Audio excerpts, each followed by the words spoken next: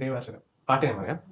മേടപ്പൊന്നണിയും എനിക്ക് ആ ആനയുടെ അടുത്ത് ഒരു ഡാൻസ് എനിക്ക് ഭയങ്കര പേടിയായിരുന്നു. അല്ല ആനയുടെ അടുത്ത് ഐ കെപ്റ്റ് തിങ്കിങ് ഇത് എന്തെങ്കിലും അങ്ങോട്ടും ഇങ്ങോട്ടും നല്ല ഒന്ന് മൂവ്മെന്റ് ചെയ്താലോ, ബിക്കോസ് നമുക്കൊരു C you are taking things for granted. അതെ അതെ ഷൂട്ടിങ്ങില് നമുക്കറിയാം നമ്മളെ രക്ഷിക്കാൻ ആൾക്കാർ എപ്പോഴും ഉണ്ടാവും, പക്ഷെ എന്നാലും ഇത്രയും വലിയൊരു ഒരു മൃഗം. And I love animals, I love elephants also.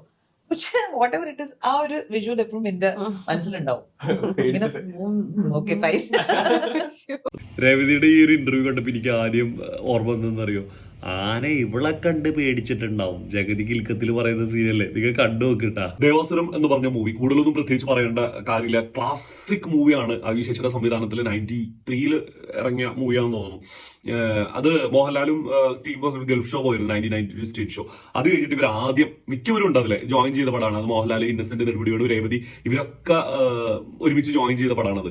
രേവതിയുടെ കരിയറിൽ ഏറ്റവും കൂടുതലായിട്ട് അഭിനയിച്ചിരിക്കുന്ന മോഹൻലാലാണ്. ഉള്ളതൊക്കെ നല്ല കിടുക്കൻ പടങ്ങൾ. അതായത് കാറ്റത്തെ കിളിക്കൂട് മുതൽ കിലുക്കം, ദേവാസുരം, മായാമയൂരം, അഗ്നിദേവൻ, രാവണപ്രഭു, അങ്ങനെ ഒരുപാട് നല്ല പടങ്ങൾ ഇവര് തമ്മിലുണ്ടായിട്ടുണ്ട്. പക്ഷെ എല്ലാവർക്കും അറിയാം മലയാളികളുടെ ഏറ്റവും പ്രിയപ്പെട്ട ഒരു സിനിമയാണ് ഇവർ രണ്ടുപേരും കിലുക്കം. അത് കഴിഞ്ഞിട്ടുണ്ടാവുള്ളൂ ബാക്കി ഏത് ദേവാസുരം ആയിട്ടുണ്ടെങ്കിലും, അല്ലെ?